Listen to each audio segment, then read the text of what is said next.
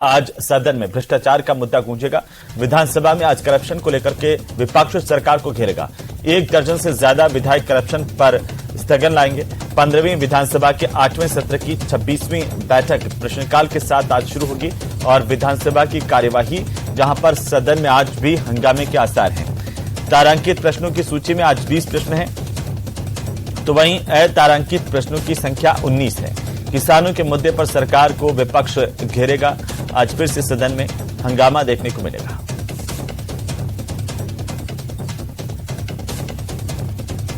तो कल भी लगातार कई मुद्दों को लेकर विपक्ष ने हल्ला बोला था सरकार के खिलाफ और वक्तव्य की सरकार से मांग की थी।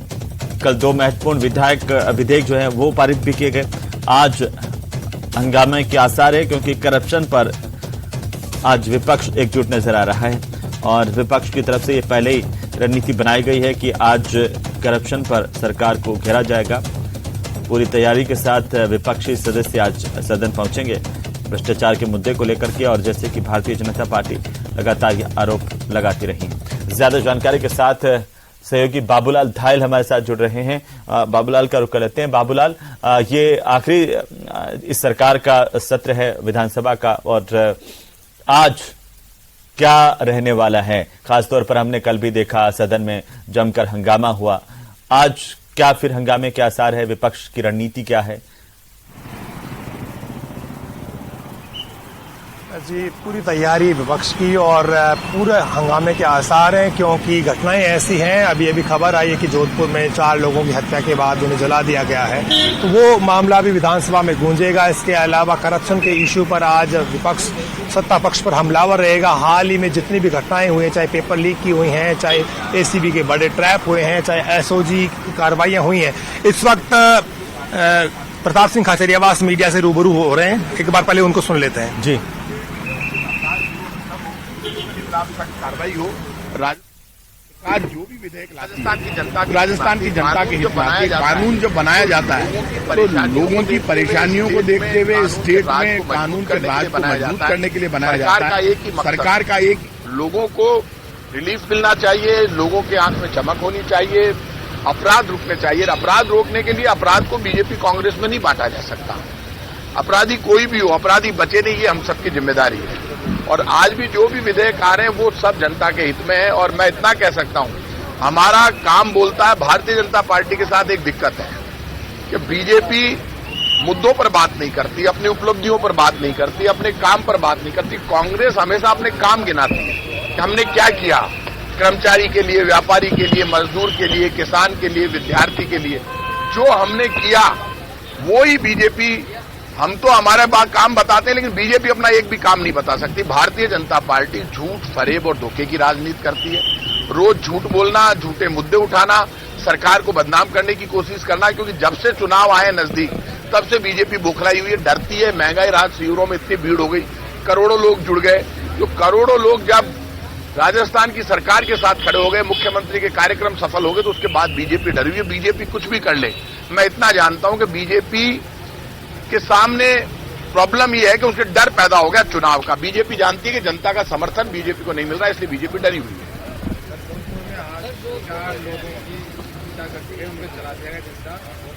6 साल की बालिका भी शामिल है सर। देखिए, इस तरह के जो अपराध हो रहे हैं उसमें जो जोधपुर की घटना है वहां भी अपराधियों को छोड़ा नहीं जाएगा।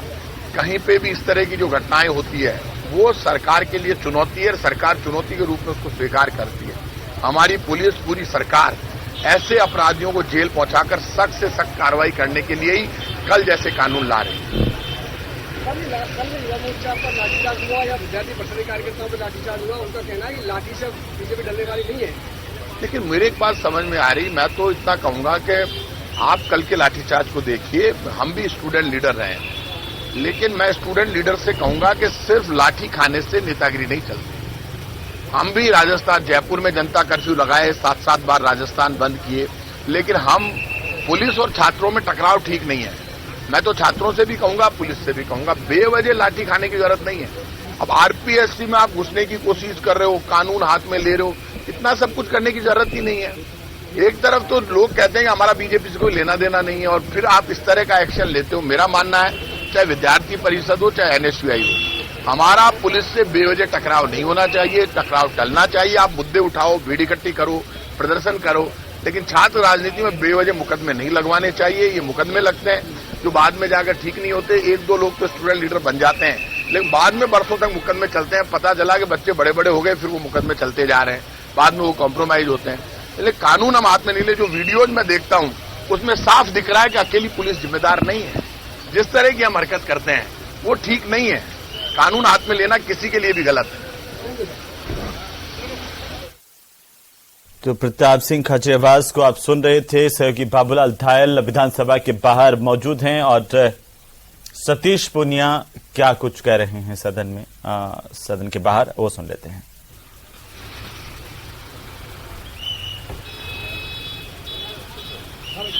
जब शुरुआत इससे करने के बाद जोधपुर में बड़ा कानूनी हत्याकांड हुआ है।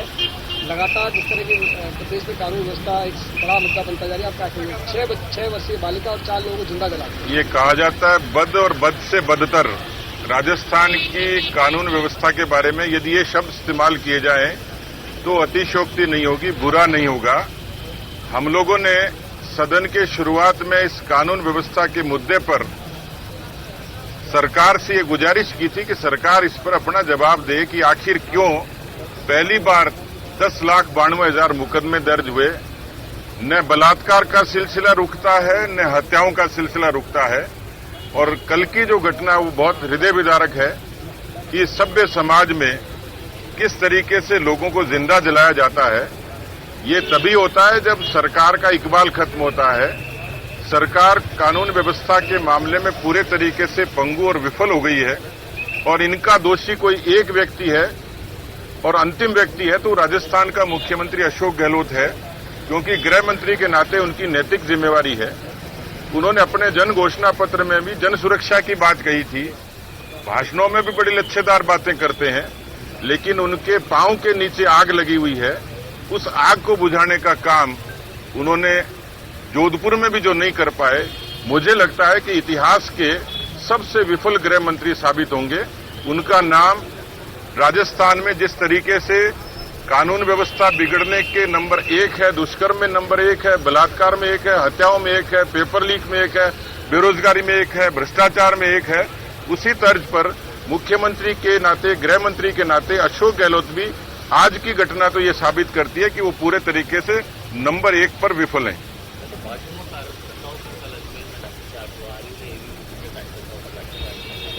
देखिए, भारतीय जनता युवा मोर्चा बेरोजगारों की आवाज उठाने के लिए खासतौर पर जो बड़ा मुद्दा है पेपर लीक का, बेरोजगारी तो है ही, लेकिन बेरोजगारी से बढ़ के पेपर लीक ने जितने राजस्थान के नौजवानों के सपने तोड़े हैं, मुझे लगता है